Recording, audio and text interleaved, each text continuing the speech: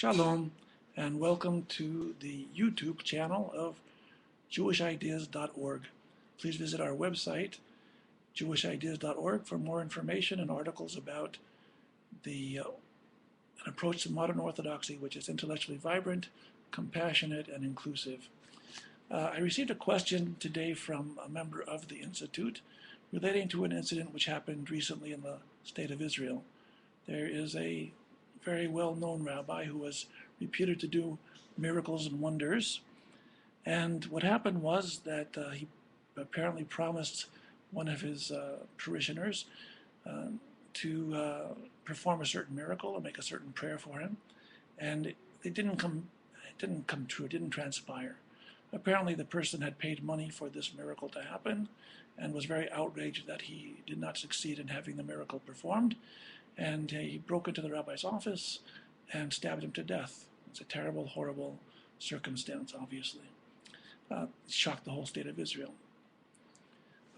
One would have hoped and expected that the rabbis in Israel would have used this as an occasion to remind the public that when they have needs, they should turn directly to God themselves. They should pray, they should do mitzvot, they should give charity, they should do those things which they feel will help them in their own relationship with the Almighty, rather than to go to wonder workers, rather than to pay off people who promise to do all kinds of miracles for them.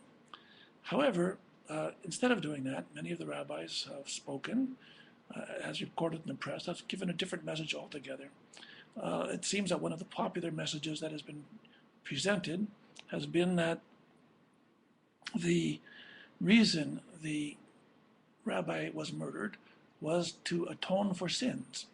Namely, that there was some kind of evil decree that the Almighty had intended to befall the Jewish people. And this rabbi was murdered as a way of pushing off that decree. And he died, so to speak, for our sins. This, of course, is not a part of Jewish theology. Quite the contrary.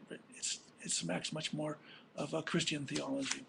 Nonetheless, even the Sephardic chief rabbi made comments, and they were quoted in the press, and he said, and I'll quote him, "Who knows what kind of decree God's people was under?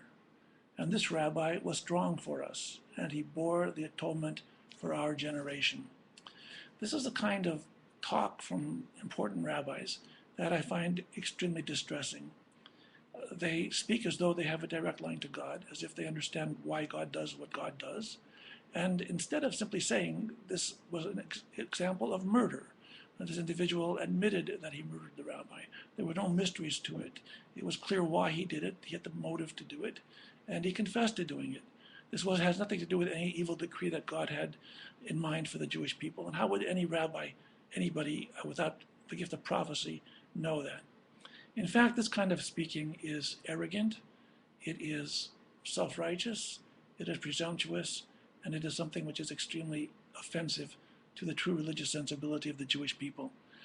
One would hope that all of us, instead of turning to wonder worker, miracle rabbis, or holy people, would turn into ourselves, try to find the spiritual resources within ourselves to pray to God, to relate to God directly, and to understand that religion should not be degraded and impoverished by this kind of theology that says that a person is murdered in order to atone for all of our sins. This is really nonsense and foolishness, and there's no way on earth that these rabbis could know the veracity of what they're saying.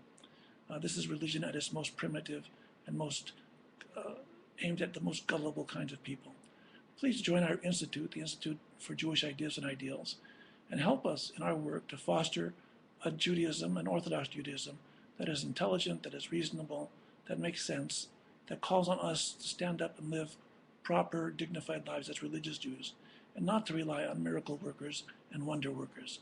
Thanks for tuning in to our program today, and I hope you'll join us again. If you have questions, please send them to me at mdangel@jewishideas.org, or you can list your questions on our YouTube channel. Thanks very much.